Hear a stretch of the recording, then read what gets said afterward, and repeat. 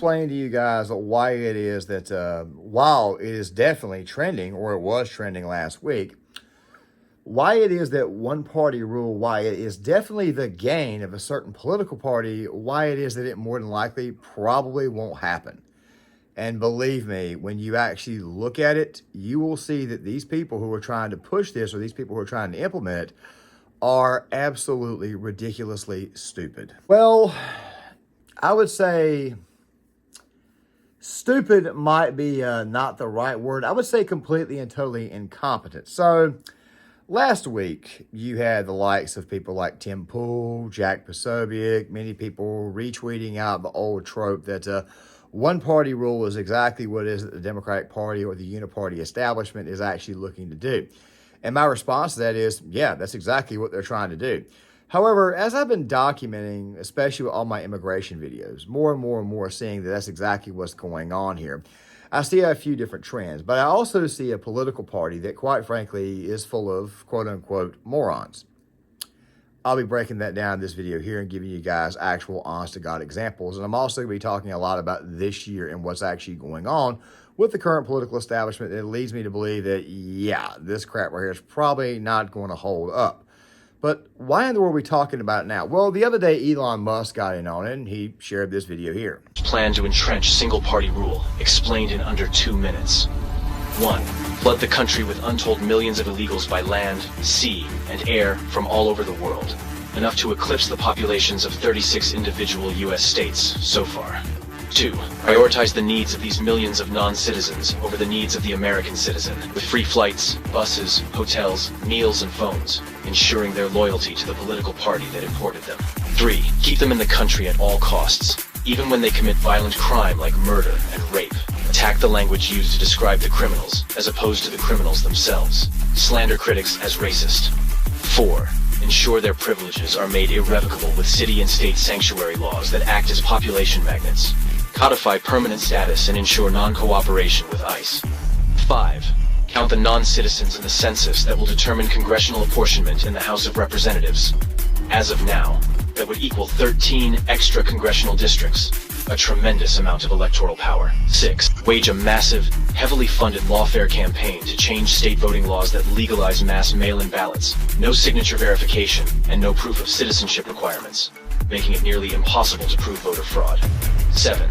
Lock in the permanent voting majority with campaign promises of lavish benefits and permanent privileges, enshrining generational fealty to the Democrat Party. 8. Win elections. 9. Entrenched single-party rule has been achieved. The best part? Your tax dollars are paying for it. Roughly a minute and 30 seconds, and of course, you guys obviously saw at the very beginning, and of course, I'm showing you guys it now, the the border crisis, which of course has reached to the point where they're literally running through National Guard soldiers. And of course, many people are saying, well, obviously they're breaking down the wall to get here. And this right here, of course, is in fact true. We don't have a border wall, and we have a completely and totally open border, and we have an idiot in charge. But that right there is the reason why it is that I do believe that this venture, of course, by the Biden administration, which is really just the third term of Obama, will in fact fail. So bear with me as we talk about this. Okay, so you got a lot of Hispanics that are coming over to being let in. Of course, we've talked about this on several occasions, the crime, the fact that New York City has got to cut their sanitation department, which I think is absolutely stupid. The fact that they're also trying to defund the police to actually try to have the funds to take care of this issue, to take care of all the migrants. But also at the exact same time, why it is that they're sending migrants to Tyson pork and chicken plants to replace actual little American workers, also including workers who are Hispanic, who have actually been here for a very long time, whom, by the way, also got here through nefarious means, but have been here for a very long time, who've actually applied for citizenship and are close to getting citizenship, and now they're seeing a bunch of illegals that are being let in be put ahead of them in the line.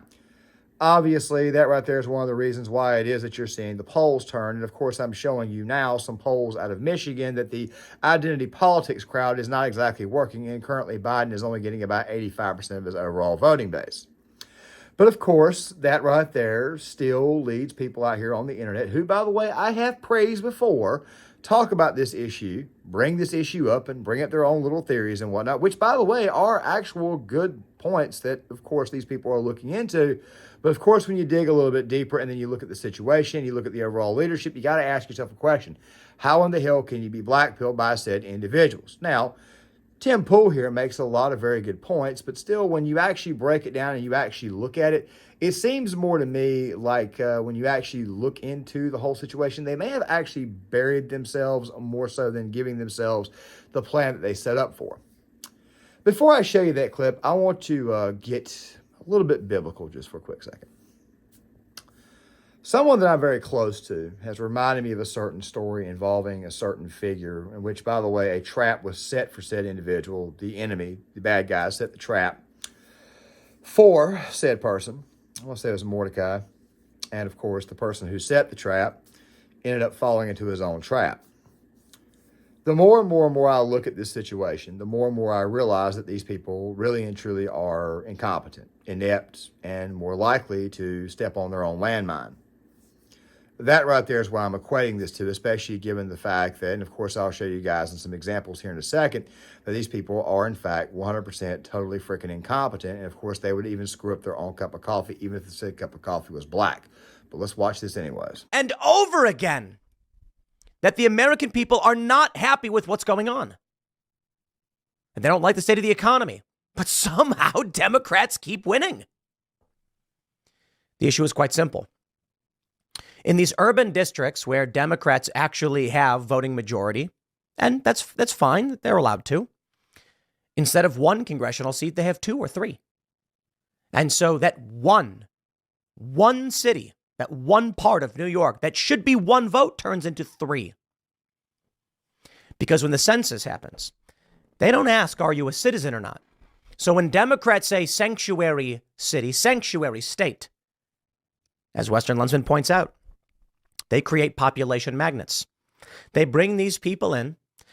And the reason why I think they're bringing people in en masse right now is likely due to COVID urban exodus. During the COVID lockdowns, people like me actually left blue areas and moved to red areas and intend to vote Republican. I think it's stupid to say blue and red, to be honest, because it used to be different. I showed you guys some polling information out of Michigan, and I've talked about this before. And Tim made some good points. And I don't think I got to refute it bit by bit. I think I can just spitball here and explain why it is that, and don't worry, we'll be mentioning him again because obviously there's a lot of problems here. But the thing that you got to understand is that a lot of the migrants who are coming over, especially the migrants that are here now, are not exactly stupid. We'll get to this here in a second because it's like I said before, these people may have actually set their own trap. The YouGov poll that came out 2 weeks ago that showed Trump up, that I did a video on, which of course I'm not going to go back and re-grab or whatnot because of course it's a lot and it would make this video much larger, but I will link everything in the description box, was picked up by Ben Shapiro. And of course, Ben Shapiro, he was going through this, and I got a video coming out on the Daily Wire later on this afternoon about the whole Candace Owens debacle and why it is that they look like total clowns. But Ben Shapiro started looking at the numbers that Biden was losing the center and he was losing the traditional Democrats. That's not true at all. What's actually happening is that roughly 10% of Biden's voters from 2020, the ones who were not okay with the lockdowns, the ones who were, I would call them pure lockdown voters, they have decided to switch their party registration. They decided to go vote for Trump this coming election. It's a lot of votes in a lot of areas. However, the truth be told is this right here. The number that Biden should really and truly be worried about is the 5% that claims are not with him. That 5%, by the way, is only going to get bigger and bigger and bigger as the year goes on. The reason why is because that 5% is a part of a greater group that actually got him elected or got him over. I say got him over because we actually know what happened in 2020. Okay, we just can't talk about it here on YouTube. But the thing is this right here. That 5% is a part of the identity politics crowd. You see black voters are not happy. Hispanic voters are not happy. The alphabet crowd is not happy. Every single group that the Biden administration pandered to and promised that they would get stuff to, they're obviously not happy. And in Michigan is where it's really kind of ground zero, mostly because of the war between Israel and the Israeli war in Gaza. Palestinians, Muslims who live in the Midwest, Muslims across the country, they're on a campaign right now to vote for anybody not named Biden or stay out of the election altogether. This also includes a lot of college kids, which, by the way, Democrats would in fact need to get over in a state like, say, Michigan or Pennsylvania or pretty much anywhere else. College vote's pretty daggone powerful if utilized the right way. Barack Obama did it the right way in 2008. It left into a certain degree in 2012. It almost came out for Hillary Clinton, but it was more pro-Bernie Sanders. It stayed home. And of course, it was overtly anti-Trump in 2020. So therefore, it actually voted to go along with the anti-COVID people to actually get Biden over. Also in that crowd was also Muslims, was also the much, much more identitarian groups. And of course, they're all now saying that they're not going to get elected. So when you see a poll that says Donald Trump is getting 23 to 26% of the black vote, there's probably a logical reason for it. It's because the overall black voting base is much, much smaller. So therefore, Donald Trump is getting a much, much larger piece of the pie. Same thing is going on with Hispanics. By the way, speaking of Hispanics, pay very, very close attention to the captions here that my man is actually about to give the CNN commentator, because this right here to me is very eye-opening. It's something I've been saying for a very long time. Soy un inmigrante indocumentado. Si yo pudiera votar en este momento, votaría por Donald Trump. Él es nacionalista y quiere que este país esté bien. Aquí nacieron mis hijos y quiero que mis hijos estén bien. ¿Y por qué más? Why else? No votaría por Joe Biden por este motivo. Joe Biden tiene al país hecho un desastre económicamente. What would you tell Democrats who think that all immigrants are going to be on their side? Dejen de pensar que los inmigrantes somos ignorantes. Los demócratas son la monja bondadosa que te encuentras en la calle, que te dice que te va a ayudar, pero cuando tiene el poder para hacerlo, se le olvida la promesa que te hizo. ¿Y para los republicanos, for Republicans? Dejen ya de ser la monja diabólica que anda aterrorizando a nuestra comunidad de inmigrantes. No somos criminales, somos personas buenas que venimos a trabajar buscando una mejor vida. Los republicanos nos utilizan como la piñata electoral. Ellos tienen la culpa de todos, son los culpables de las violaciones, son los culpables del consumo de drogas, pero es una gran mentira. He says he wants Donald Trump to win. ¿Por qué quiere que gane Donald Trump? Why? Él es racista y claro que no me gusta que sea racista y claro que no me gusta la retórica antimigrante de Donald Trump, pero finalmente, al final es pura politiquería. Algunos me van a juzgar, oye, es que tú quieres que gane Donald Trump. Pues es que es nacionalista, por eso quiero que gane. Y los nacionalistas aman a su país. Break this down by race, right? Let's look at voters of color, look at white voters. And what we see here is back in 2020, according to the exit poll, Joe Biden won voters of color in Michigan by 62 points. Look at that advantage today. It has been sliced by a third. Only 21 points. That's Joe Biden's lead over Donald Trump among voters of color. Among white voters, Donald Trump has gained a little bit of steam as well. It was 11 points in 2020. His margin over Joe Biden right now is 16 points. But this decline in support for Joe Biden among voters of color in Michigan is something we've been seeing in state after state after state and nationally as well, where he's got some big problems. This is a historic low amount of support for a Democratic presidential candidate among voters of color, and it seems to be happening across the board. You know, that Hispanic voters might be the types of folks who would have a backlash against Donald Trump's remarks, right? Ain't the case. If you ask Hispanic voters who do they trust more on border security and immigration, overwhelmingly, they trust Donald Trump more by a tremendous margin. Look at that, 49% to 24%. And that is in line with what we're seeing in the polls in general amongst Hispanics, right? Joe Biden won them overwhelmingly back in 2020, won them by over 20 percentage points. Democrats normally carry them overwhelmingly. If you look at the polling right now, and an average of polling amongst Hispanic voters, who do they choose in the ballot test? It's barely Biden by about 2 points. It would be the smallest margin for any Democratic candidate among Hispanic voters basically throughout history since we started polling the gosh darn thing. So the fact is, at this point, there's no backlash, and at this point, I don't see one. A lot of the people who have been here illegally, that come from Mexico, that come from South America, they're not stupid. The Democratic Party, by the way, with these new migrants, and I've said this before, and by the way, the border does, in fact, need to be closed. It's the best way to avoid this entire situation. They don't seem to understand that Hispanics, while they will vote Democrat the first time around, after a while, that number begins to go down drastically over and over and over again over time, and it begins to start flipping to the much, much more socially and politically conservative side of the aisle, which, of course, is the Republican side. Go back to what he said. She asked him, are you sure his rhetoric doesn't bother you? He brought up the rhetoric. He brought up the fact that the man was racist, but he also said it was completely and totally politics. The country was better off under Donald Trump. A lot of Hispanics are obviously feeling that, and of course the numbers do in fact show, especially when it comes to home buying, home purchasing, overall home worth, and when it comes to overall pricing itself. Inflation is through the roof. So while the plan, of course, is to definitely install one-party rule, it's obviously falling apart.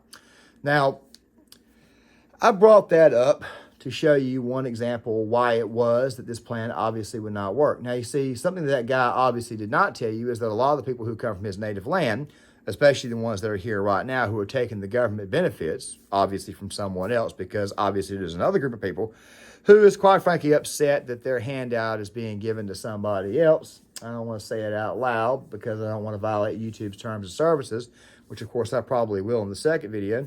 The point is this right here. You got a lot of people right now fighting over a handout, and of course the people who are coming over are sending that money back to their native lands and not exactly putting it to the U.S. economy. Obviously, this right is a travesty, and obviously these people here are also taking jobs away from hardworking Americans, or that right there is the actual goal. That right there is what they want to do. However, over time, this particular issue begins to backfire, except in one case, which of course is the very, very blue seas, which we'll talk about a little bit more on the other side because we got to get to Frank Luntz here soon. The point is this right here. The goal is obviously to install one-party rule, and inadvertently, they may have actually created one-party rule, but for the other party. That right there, by the way, will probably be another video because I'm going to be doing a much, much larger, expansive video on immigration itself. The point is this right here. They're obviously bringing these people over to replace one group. We all know who they are. And obviously, to go on top of this, they're also designed to compete against the other group. It just so happens to be that the group with the letter W in their race, it just so happens to be that they have 2 children per household compared to their liberal counterparts. And of course, they're actually competing. But still, at the same time, it is obviously a part of an agenda. I'm definitely not delusional enough to think for a second that it's not a part of a grander conspiracy. Trust me, it is. But also, it's a grander conspiracy that more than likely will probably backfire years from now on the current regime and the current party in power. But still, then, I mentioned Frank Luntz earlier. Well, let me go ahead and play this right for you guys, too, so that way you guys can understand exactly where this election cycle is really going. The politics of this. Folks in the Biden campaign are already starting to refer to Donald Trump as broke Don, which is interesting. And then there is the possibility that the New York Attorney General, Letitia James, would have to start or would start seizing assets, maybe even buildings. How do you think that would play? I want you to remember this moment, and don't forget it. If the New York Attorney General starts to take his homes away, starts to seize his assets, it's all going to be on camera. Pundits are going to sit there and scream about this. This man cannot be elected. You're going to create the greatest victimhood of 2024, and you're going to elect Donald Trump.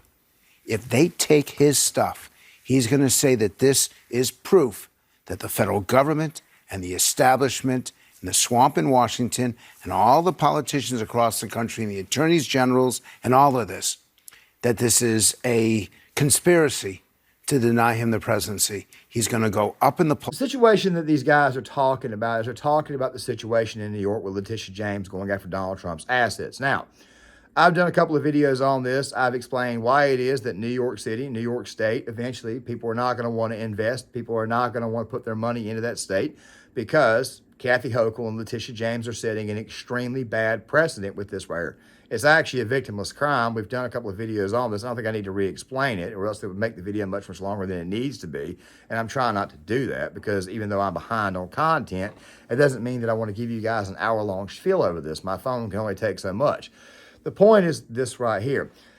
People will eventually see this and not want to invest any money into these areas. It's already bad enough, the crime, the migration. It's already bad enough that you got law enforcement that's not allowed to actually prosecute anyone. I almost said persecute like a crazy person, but still, though, at the same time, though, you've also got situations where we talked about the other day where the bail reform laws are absolutely insane, and you got people who hack up people to death getting off scot-free. You've also got people who are migrants who were locked up, let go, and then they end up in Georgia, and they end up killing nursing school students. You got people who kill people in the Roosevelt Hotel who then somehow end up in the state of Arizona, and yet the state of Arizona does not want to let these people go because they know if they let them go right back to New York, they're probably going to be right back on the streets again. New York City is becoming an absolute hellhole. And by the way, I don't say that to piss on New Yorkers. I say that because I actually love New York. It's a city that symbolizes American greatness. Single time they indicted him. The indictment, let's not talk about whether it's justified or not, but it will prove the things that he's saying on the campaign trail, and he will go up, and it may just elect him president. Do not forget that. And I say this to the Attorney General right now. If you play politics on this, this is what the secretaries of state did in Colorado and what they did in, I believe it was Maine. His numbers went up in both states. I don't understand. I'm almost speechless in how pathetic the opposition to Trump has been and how completely misguided. And this is a perfect example of it. What do you think about that? I mean, my biggest question, this is the beauty of Frank having his job, which I don't have, is that happened, what you're talking about, Maine, Colorado, when you're talking about what happened in a primary. And while I don't... Seizure of assets is only going to reestablish and reconfirm what Trump has been saying. Regardless of whether you agree with the man or not, you people are completely and totally incompetent. What they've done is they've allowed the radical side of that party, which, by the way, the moderate side of that party has been trying to get rid of the radical side of the party. I'll do a video in the future explaining that. I know it sounds kind of crazy with AOC and all in there, but believe me, they're already trying to primary Cori Bush. Somewhere in the near future, Ayanna Pressley will get a primary challenger and probably get primaried out. Other ones will as well. The point is this right here. These people are playing Russian roulette with their own lives, and I would go ahead and argue that inside of 6 shooter that they're using, 5 of those slots are filled. The fact of the matter is that you are making the average everyday American citizen question exactly what the role of government is, and in a country where they've known for the most part freedom or been given the illusion of freedom, these people are beginning to wake up and see exactly what's going on. It could be intentional. They could be intentionally trying to lose so that way they can get rid of the radical elements, but I don't think that will work. A lot of people have asserted conspiracy theories about that. Chris Cuomo, for example, meathead, he was on Patrick Bet-David the other day talking about RFK is exactly what the Democratic Party needs because it would force the Democratic Party to reform itself. Don't worry, we'll do a video on that in the future because I don't think this party's trying to lose. But then again, though, given the fact that Obama was recently at the White House telling Joe that he was probably going to lose this election cycle or he was looking at possibly losing this election, it seems to me that there is definitely some panic going on because they realize they don't have the boots on the ground to get what they did in 2020 to happen again. That right there is the overall grand point. But what will the Trump team do about this? And while I don't disagree with the optics, I've spoken to people inside Trump world who are saying, instead of bankruptcy, we sit in the peace. Come to Trump Tower, please. We'll have cameras there. We'll have that fight. We'll win that optics battle. I think the bigger question is, in a general election, and given the fact that the Biden campaign has really latched on to this in a way that they haven't in most legal issues. Broke down. I've been surprised to hear that. He was joking about it last night at a fundraiser as well that was off camera, whether or not that rise in the polls can carry into a general election. And you'd know better than, I mean, you're talking to people, you'd know better. How is Donald Trump beating Joe Biden when he's got 85 indictments that still exist? Felonies. How is he beating Joe Biden with the economy getting better and things cleaning up?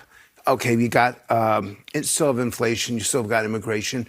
Trump is leading, and in the 7 swing states, Trump is up by the margin of error in 5 out of 7. Why is that happening? Because his critics are stupid, and they're running a horrible campaign.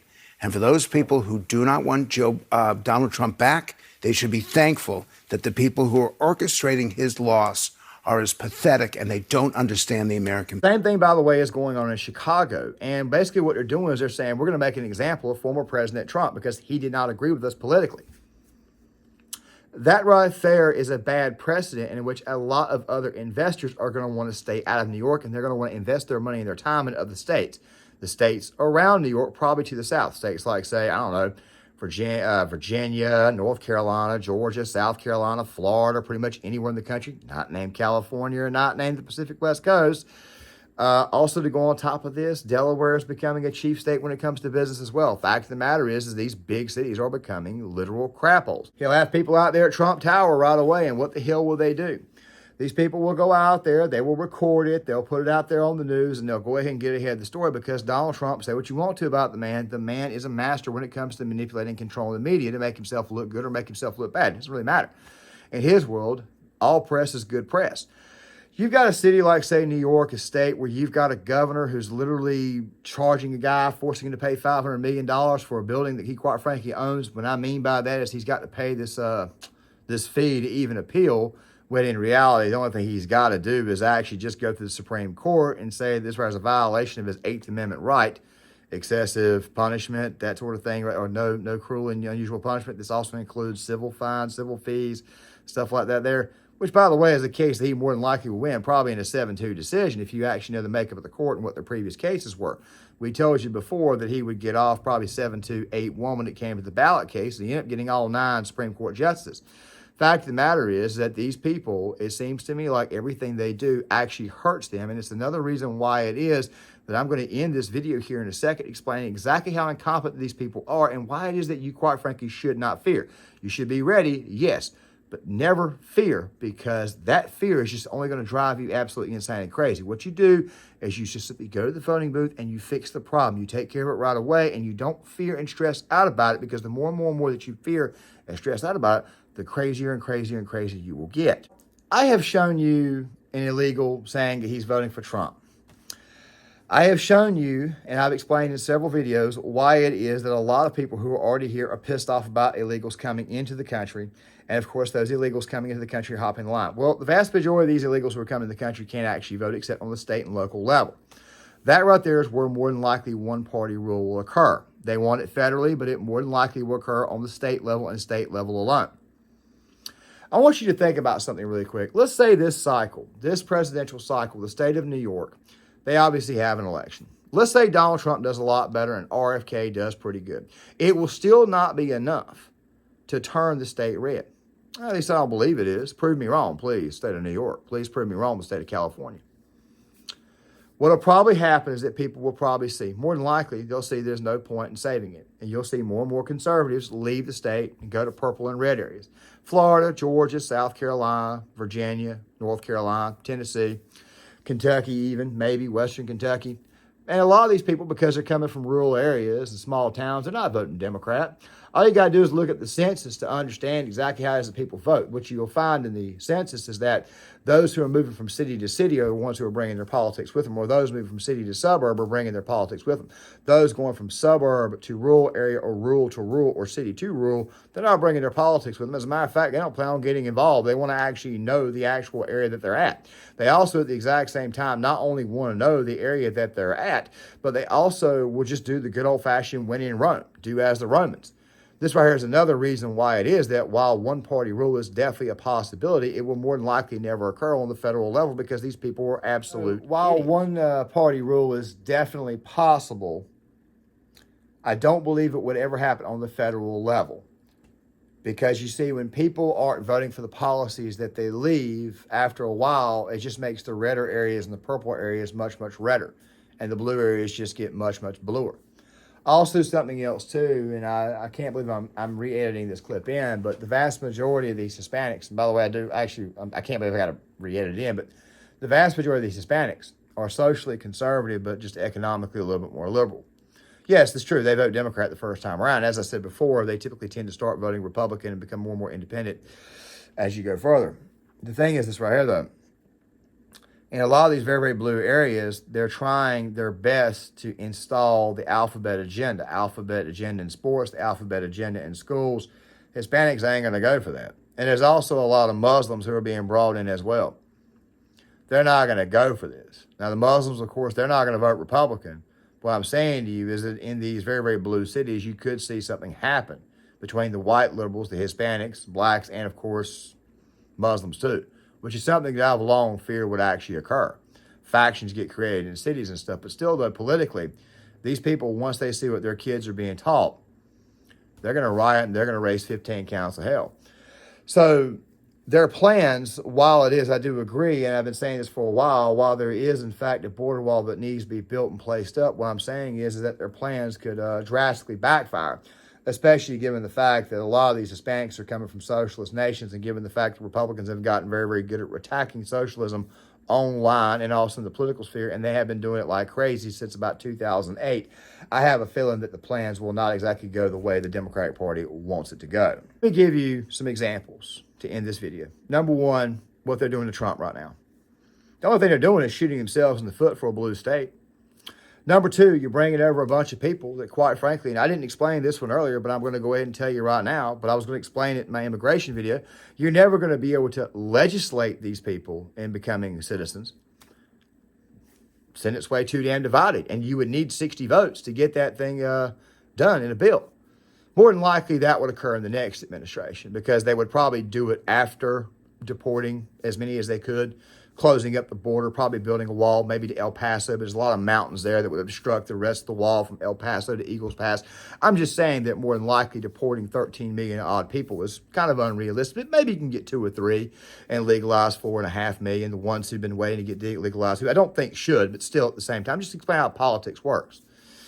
But here are other examples. Oh, yeah, that's right. Nita Jankowicz, that crazy woman. You know, the whole Ministry of Truth thing, I called that thing. They're falling apart. Let's see what else. I called the fact that crime was going to be a problem in these very, very large cities and that people would eventually turn on it. Well, that right there is happening, especially in Chicago where black people are done with it. But I give you guys the greatest example of these people being absolutely, totally incompetent and not being able to implement the agenda that they want to implement. Anybody who's been associated with this channel or has been subscribed to the channel, has been listening to me ever since 2020, would know that I'm very, very much pro the Second Amendment. You also know that the Second Amendment, of course, is sacred. It's the most sacred amendment, in my opinion. Second Amendment is the amendment that would be used in case the first one doesn't work out. Not advocating or anything, YouTube, so don't ban the video. The reason why I bring up the Second Amendment is because we have the most anti-gun president in American history, currently in office. Most anti-gun president in American history. We already know this. He's gone after solvent traps. He's gone after magazines. He's gone after force reset triggers. He's tried to use the ATF to do this. And he can never actually legislate it. And every single omnibus spending bill that gets passed to the United States Congress or goes to Congress that eventually goes to the Senate has always got some provision in there banning veterans from owning a gun or banning guns, period. Because libs, of course, are crazy. Biden can never get signed because obviously it's got to get reworked because there are always going to be about 15 in a crowd of 200 that are actually sane and rational to a certain extent who understand that their district would not like it if guns got banned. I'm going to be leaving these 2 videos from Gun Owners of America in the description box, and I advise you guys watching both. Matter of fact, I'll probably leave a cluster of 3 or 4 in there. I may even leave that one from Liberty Dog. I advise you guys watch it because what I'm about to tell you, while not in detail compared to what theirs is a classic example of this particular party that wants to end our right to own a firearm, that wants to implement one-party rule of being absolutely, totally 100%. In the 1990s, Bill Clinton wanted to put veterans on a watch list, basically a red flag law. Instead, what ended up happening was he wasn't able to pull that off. But he did that in the late 90s. The Bush administration allowed it to continue. Gun Owners of America and many other Second Amendment advocacy groups went out of their way to keep Bush and Obama from violating the veterans' right to own a gun. It was a provision involving if somebody's in control of your money and you're a veteran, they didn't want you to own a firearm is what it was. Well, the Trump administration, it never got to his desk, but they were trying to get him to sign the provision to protect veterans. The Biden administration, as I mentioned before, is the most anti-gun administration in American history.